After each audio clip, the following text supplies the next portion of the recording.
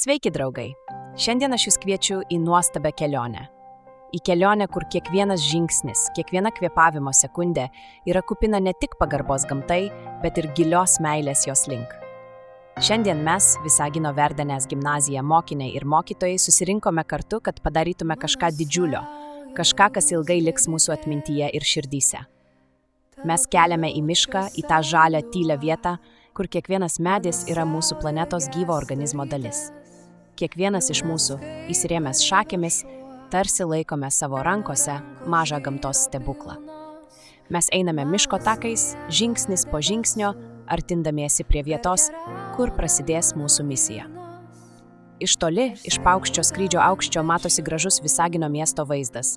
Ir mes suprantame, kaip svarbu išsaugoti šią grožybę, kaip svarbu padėti gamtai jos didžiulėje kūryboje. Šiandien mes ne tik sodiname medžius. Šiandien mes uždegsime kažką didesnio ugnį. Mes uždegsime naujos istorijos ugnį. Istorijos, kurioje kiekvienas iš mūsų gamtos saugotojas jos neišskiriama dalis.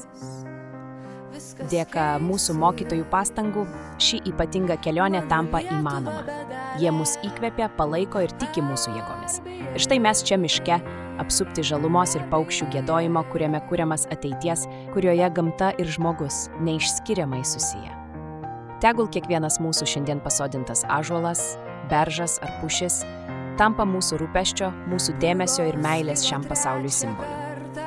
Tegul kiekvienas medis įsišaknijęs žemėje mums atneša viltį į gerą ateitį ir primena, kad mes šios didžios gyvenimo simfonijos dalis.